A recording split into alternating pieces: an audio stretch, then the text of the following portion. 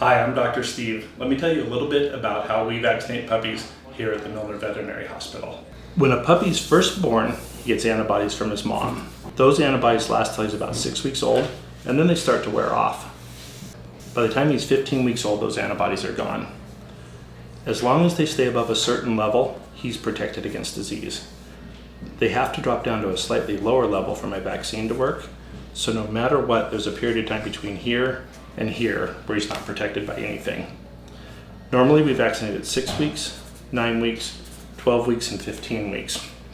So on this drawing, the 6-week vaccine wouldn't break through the maternal antibodies and it would just get neutralized and it wouldn't do anything.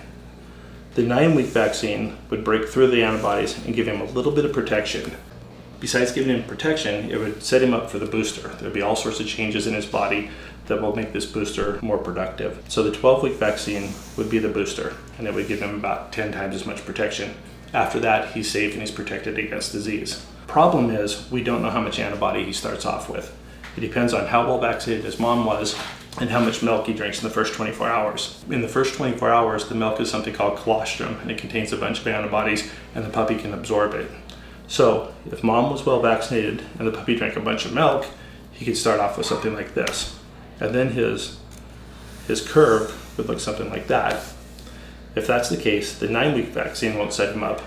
The 12-week one is the one that will initiate things, and the 15-week one will be the booster.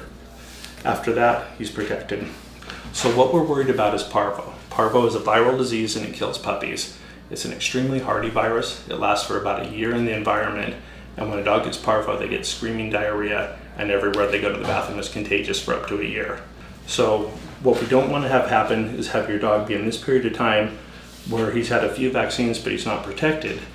Have him go to the park, step in a spot with parvo, get it on his foot, get the virus and die from it. So what I want you to do is keep your puppy isolated as best you can. No parks, no rest areas, no Saturday market, any place that a dog that you don't know has gone to the bathroom. They can play with neighbor dogs if they are over 15 weeks old and had all their vaccines, but for the most part we want to keep them isolated.